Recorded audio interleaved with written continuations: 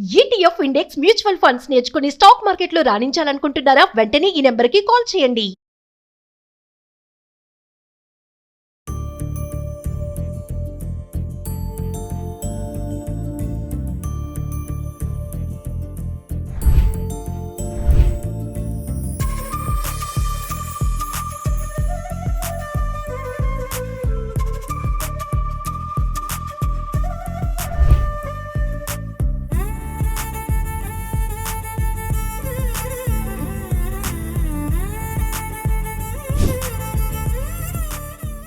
నమస్తే రమగారు. నమస్తే జయ. నమస్తే అండి. రమగారు, మనకి వినాయక చవితి అనగానే బొజ్జగన్నపైకి ఫస్ట్ చేసేది ఉండ్రాళ్ళు, కుడుములు. కుడుములు. మనం చేసాము గతంలో కూడా, మళ్ళీ ఇంకొకసారి మన ప్రేక్షకులందరి కోసం కూడా చేసి చూపిద్దామండి. పండగ స్పెషల్ Yes. సింపుల్ గా బియ్యపు రవ్వతోటి బియ్య పిండితోటి చేసుకునేది. అలానే రమగారు. ఒకేసారి రెండు చేసేద్దామా మరి? తప్పకుండా. ఓకే సరే. చాలా సింపుల్ గా చేసేసుకునేది కదండి. సింపుల్ గా చేసుకునేది. ఏదైనా ఒక మందపాటి గిన్నె పెట్టుకోండి. ఇత్తడి గిన్నెలు అయితే చాలా మంచిది. లేకపోతే ఇప్పుడు ట్రైప్లైస్ అవి వస్తున్నాయి కదా, అడుగు మందంగా ఉంటుంది, శాండ్విచ్ బాటమ్స్ అలాంటివి పెట్టుకుంటే ఏంటంటే మీకు ఇది అడుగు మాడకుండా వైనంగా ఉడుకుతాయి. అవి పిండి ఉడకాలి కదా. అవును. ఓకే, ముందు రవ్వ కుడుములు చేసుకుందాం జయ. వీటికి బేసిక్ పొద్దున్న నిద్ర లేవగానే తలంటి పోసుకోగానే ఫస్ట్ చేయాల్సింది, ఒకవేళ గారెలు వేసుకుంటే గారెల పప్పు నానబెడతాం కదా, అట్లాగే శనగపప్పు నానబెట్టి పక్కన పెట్టుకోండి. అది ఎంత కావాలి మనకి, మనం చేసే దాన్ని బట్టి. ఒక గ్లాస్, నా చేతి సైజ్ చూడండి. ఉజ్జి గ్లాస్ అయితే ఒక 2-3 స్పూన్లు, పెద్ద గ్లాస్ అయితే ఒక పావు గ్లాస్ అయినా నానబెట్టుకోండి. ఇప్పుడు ఇందులో చూడు నానబెట్టి పెట్టాము. ఇది ఉండ్రాళ్ళకి కుడుములకి రెండిటికి మనకి శనగపప్పు కావాలి. ఆ గ్లాస్తో 2 గ్లాసులు నీళ్ళు పోయి మొదట. నానిన శనగపప్పు అయితే తేలిగ్గా ఉడుకుతుందండి, రవ్వ తొందరగా ఉడికిపోతుంది. శనగపప్పు ఉడకదు, పచ్చి పచ్చిగా ఉండిపోతుంది. ఆ పచ్చి లేకుండా ఉండడం కోసం నానబెట్టాలన్నమాట. నిండుగా పోయి చేయ.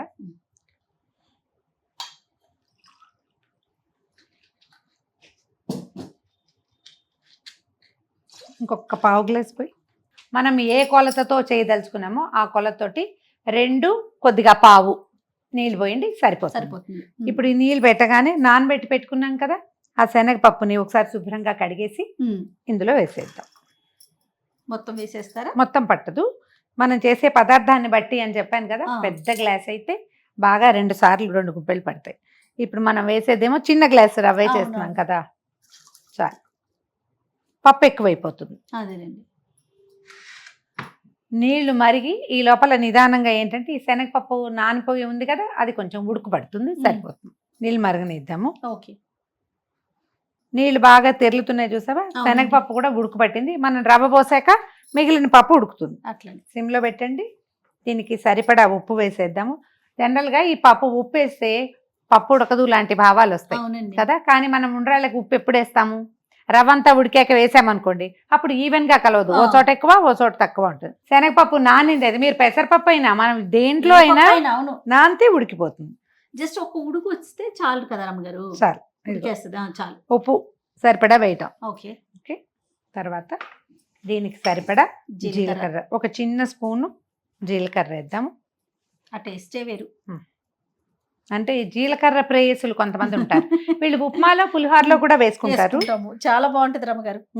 ఉప్మాలో పులిహోరలో జీలకర్ర లేకుండా ట్రై చేసి చూడండి, దాని రుచి వేరుగా ఉంటుంది. ఓహో, మీకు నేను ఉప్మాలో జీలకర్ర వేసి తినిపిస్తావు, అప్పుడు జీలకర్ర వాసనే వస్తుంది. ఇక రవ్వని పోసేద్దాం ఇందులో.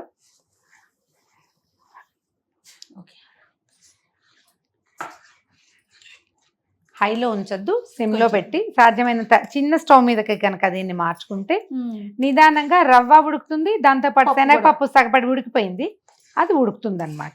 స్టవ్ మీదకి మార్చేసేద్దాము. ఈ స్టవ్ ఆపేసి ఆ స్టవ్ వెలిగిద్దాం. చిన్న స్టవ్ మీదకి మార్చి దీన్ని తిప్పద్దు, మూత పెట్టి వదిలిపెట్టేసేయండి. ఒక్క 4-5 నిమిషాలు. మీకు మీ గిన్నె పలచగా ఉంది, ఈ రవ్వ అడుగంటుతుంది, ఇలాంటి భయాలు ఉంటే పైన పెట్టిన మూతలో కాసినన్ని నీళ్లు పోయండి.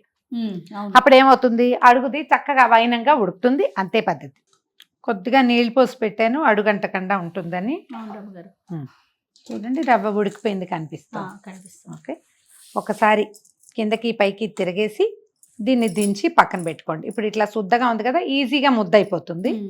పక్కన పెట్టేసుకోండి. ఇది మనకి ఏమంటారు, ఉప్మా లాగా పొడి పొడిగా ఉండకూడదు, కొంచెం శుద్ధగా ఉంటేనే మంచిదన్నమాట.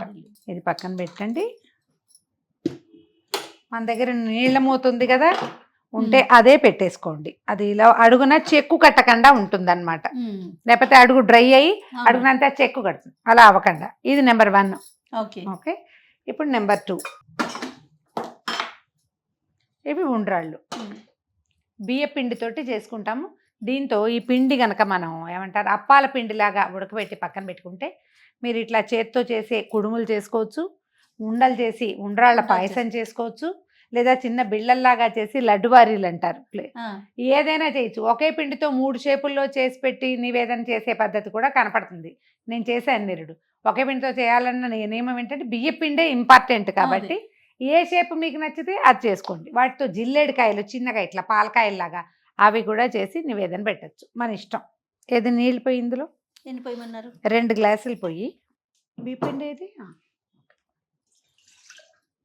మనం ఏ గ్లాసు పిండితో చేయదలుచుకున్నామో దానికి 2 నీళ్లు పెట్టుకోవచ్చు. దీనికి కూడా 1 2. దీనికి కూడా శనగపప్పు ముందే నానబెట్టి పెట్టుకున్నాము, శనగపప్పు వేసుకోవటము.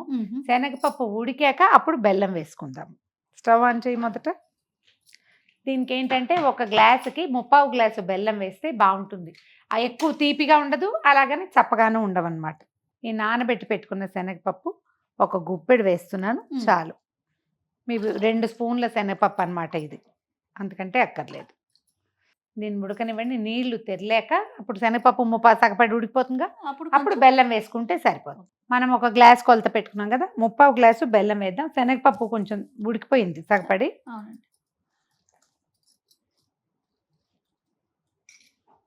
కొలతే పెట్టుకోండి, మీకు ఈజీగా ఉంటుంది. అవును, చాలు రమ్మగారు.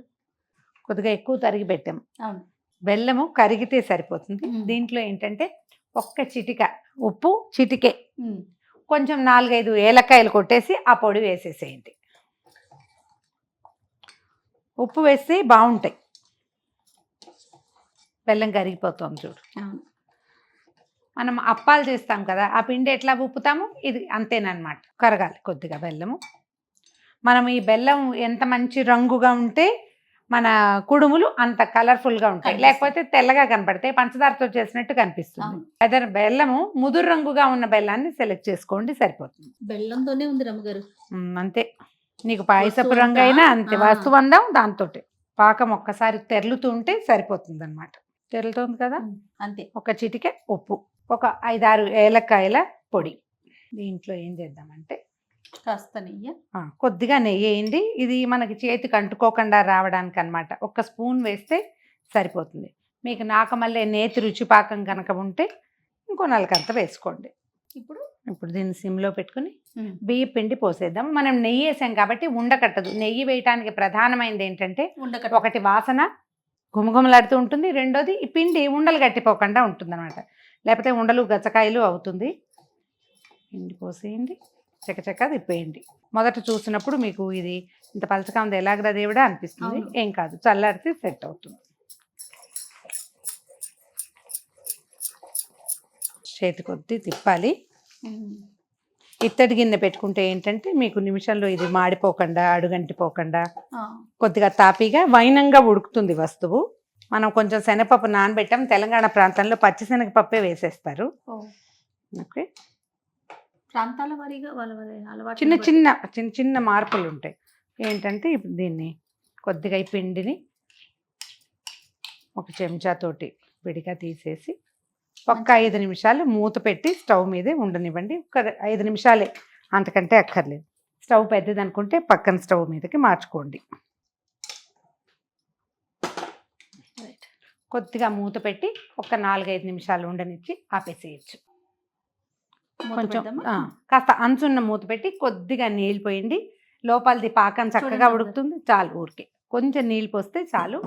ఇవి 2-3 నిమిషాల తర్వాత దీన్ని ఆపేస్తాం. తర్వాత ఏం చేస్తాం, ఇందాక మనం కూడా ఉండ్రాళ్ళ పిండి పెట్టుకున్నాం కదా, రవ్వ ఉడకొచ్చాం, దాన్ని ఉండలు చేయటము, స్టీమ్ చేసుకోవటం, అంతే.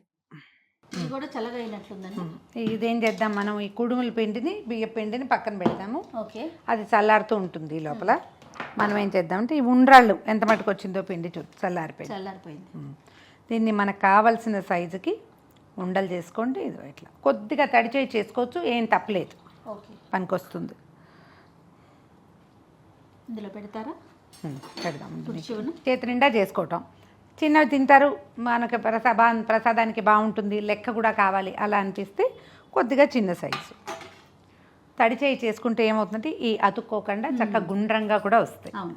తడి చేయి చేసుకుంటే మీకు గుండ్రంగా వస్తాయి, లేకపోతే ఇలా కచకచ అని వంకర తింకరగా వస్తుంది. ఉండలు చేసి పెట్టుకున్నాము ఉండ్రాళ్ళని, వీటిని స్టీమ్ చేసుకోవాలంటే ఆవిరి పట్టాలి. మనం ఏం చేయొచ్చు, ఒక పెద్ద పాత్రలో అడుగుని మంచినీళ్ళు పోసి పైన ఒక బట్టని శుభ్రంగా పిండేసి తడిబట్టని వాసనలాగా కట్టడం, దాన్ని మీకు కట్టేసి ఈ ఉండ్రాళ్ళు పేర్చడం, ఆ బట్టని దాని మీదకి వేసేసి ఏదైనా పెద్ద దాంతో ఇడ్లీ ఎట్లా స్టీమ్ చేస్తాం అట్లా చేయొచ్చు. మన దగ్గర ఒక స్టీమర్ ఉంది, ఇది ఈజీగా ఉంటుంది. కావాలంటే బట్ట ఉండాల్సిందే అంటే దీంట్లోనే ఒక చిన్న నాప్కిన్ పరిచేయండి. నాప్కిన్ పిండాలి, పొడివి కాదు, తడిపేసి వేసుకోవాలి. వేయకపోయినా కూడా బాగానే ఉంటుంది. వీటిని చక్కగా ఇందులో పేర్చేద్దాము. ఇవి కాకుండా ఇప్పుడు ఇంకా ఇట్లా బుట్టల్లాగా వస్తున్నాయి, ఇట్లా ఓపెన్ అయ్యేది, అందులో కూడా పెట్టుకోవచ్చు. మీరు ఎందులో కావాలంటే అందులో స్టీమ్ చేసుకోవచ్చు, ఆవిరి పట్టడమే అంతే. ఇడ్లీ ప్లేట్లో పెట్టి ఇడ్లీ పాత్రలో కూడా పెట్టుకోవచ్చు. ఓకే, కొంచెం తెరిపిగా పెట్టుకుంటే సరిపోతుంది. ఇది తీసి, ఇది నిజానికి ఇడ్లీ పాత్రే, నీళ్ళు పోసాను. ఇది స్టీమ్, దీన్ని దాని మీద పెట్టేసేయటము. ఒక 7 నుంచి 10 నిమిషాల పాటు మీడియం ఫ్లేమ్ ఉంటే సరిపోతుంది, బాగా పెద్ద మంట అక్కర్లేదు. ఆవిరికి ఇవి సర్దుకుంటాయి అన్నమాట, చక్కగా ఉడికిపోతాయి. మధ్యస్థపు మంట మీద 8 నుంచి 10 నిమిషాల పాటు ఉడకనిస్తే సరిపోతుంది. ఇది కొంచెం వచ్చే లోపల మనం అవి మిగిలిన మనం కుడుముల పిండి ఉడకపెట్టుకున్నాం కదా, అదే బియ్య పిండి బెల్లంలో, దాన్ని కూడా చిన్న ఉండలు లేదా మనకి ఏ షేప్ కావాలంటే అందులో చేసుకోవచ్చు. అవి కూడా చేసేద్దాం. సౌండ్ వస్తుంది, ఏం లేదు, నీళ్లు చివరికి వచ్చేసి శబ్దం వస్తుంది. స్టవ్ ఆపేసేద్దాము. దీన్ని దించి పక్కన పెట్టుకుంటే ఒక 10 నిమిషాలు చల్లారిపోయాక చక్కగా తీసి పళ్ళెంలో సవరించుకోవటం. దీని మీద ఒక చిన్న బెల్లం ముక్క పెట్టి కొద్దిగా నేర్చుక్క వేసి నివేదన చేసుకోవటమే. పెట్టి ఇప్పుడు ఇందాక మనం కుడుముల పిండి ఉడకపెట్టాం కదా, అయితే ఇందులో ఒక ప్లస్ పాయింట్ ఇంకొకటి చేసుకోవచ్చు మనం. మీకు ఆసక్తి ఉండి అలవాటు ఉంటే, నచ్చుతుందంటే పచ్చి కొబ్బరి కొద్దిగా ఒక హాఫ్ చిప్ప, సగం చిప్ప చాలు. ఇంత పెద్ద కాయ అయితే కాదు, కొంచెం చిన్న కాయ అయితే సగం చిప్ప కోరేసి వేసేయండి. ఎప్పుడు ఇది బియ్యపిండి పోయటానికి ముందు పాకం తెరులుతున్నప్పుడు కొబ్బరి వేసి కొంచెం తెరలనిచ్చి పోసేస్తే కొబ్బరి రుచి కూడా యాడ్ అవుతుంది.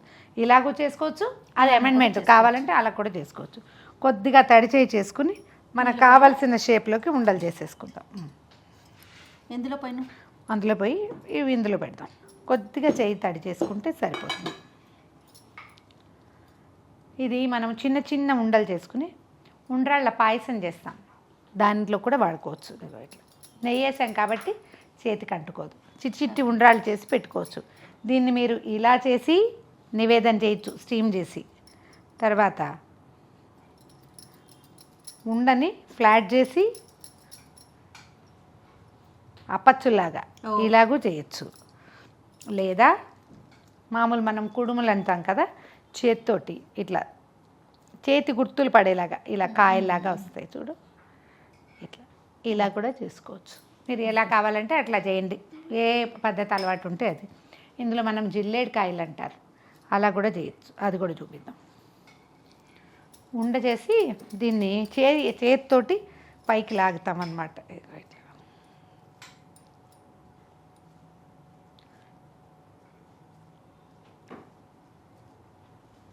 చిన్నవి ఇలా కూడా చేసి పెట్టుకోవచ్చు. గౌరీదేవి షేప్లో చిచ్చుపుడ్ల లాగా ఉంటాయి. మీరు ఎలా చేసినా సరే, మనమైతే అన్నీ ఒకేలా చేద్దాం. జయ చెప్పండి, ఎట్లా కొద్దిగా బాగా నొక్కి నీ చేతి చాలు. ఇట్లా చేసి వీటిని స్టీమ్ చేసుకోవటమే. ఊరికే చూపించడానికి చేసామంతే. చేసి కొద్దిగా చేతికి సరిపడా పిండి తీసుకుంటే సరిపోతుంది. ఈ స్టీమ్ చేసేటప్పుడు ఆ నీళ్లు పొంగి పైకి వచ్చేయకుండా కొద్దిగా మీడియం ఫ్లేమ్లో కనుక స్టీమ్ చేసామంటే ఇవి ఆరిపోతాయి జయ, చక్కగా ఇంకొక రోజు కూడా నిలవ ఉంటాయి. తీపి మరింతగా తీయగా కావాలి ఉడికిన తర్వాత అంటే 1/4 కప్పుకి ఇంకొంచెం పెంచుకోండి బెల్లం, లేకపోయినా బాగుంటుంది. ఇట్లా కూడా ఊరికే అది వేడిగా ఉంటే మన చెయ్యి కాలకుండానే మనం తడి చేసుకుంటున్నాం అన్నమాట. అయిపోయింది కదా. మనం ఏ పాత్రలో నివేదన పెట్టుకుంటామో అందులో చక్కగా వీటిని ఏర్పాటుగా పెట్టేసి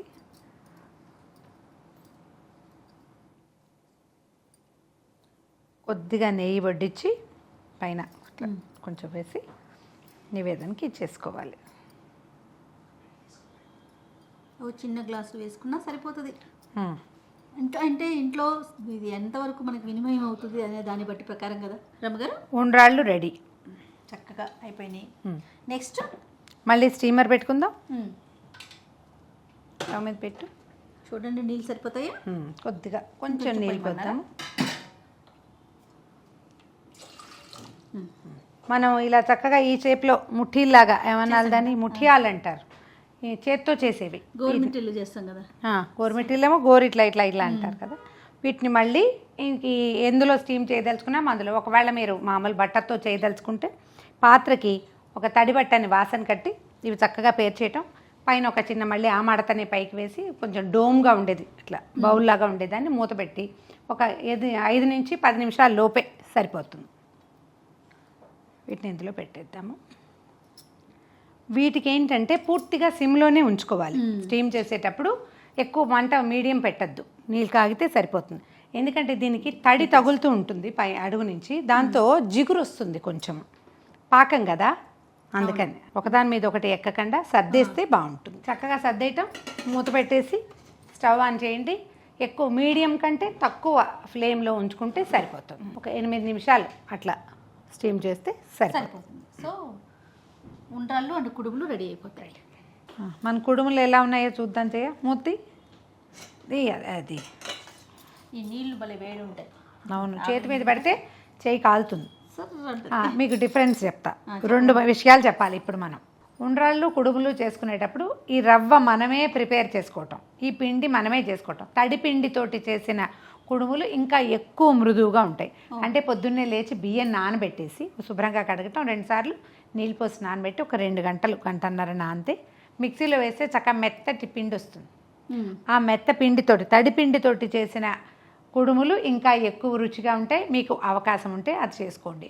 కొబ్బరి కూడా వేసుకోండి, అదొక వేరే రుచి వస్తుంది కావాలంటే. తర్వాత రవ్వ కూడా బియ్యం ఒకసారి కడిగేసి తడి పొడి కడగటము, కడగంగానే ఒక టవల్లో పోసి తుడిచేసేయాలి.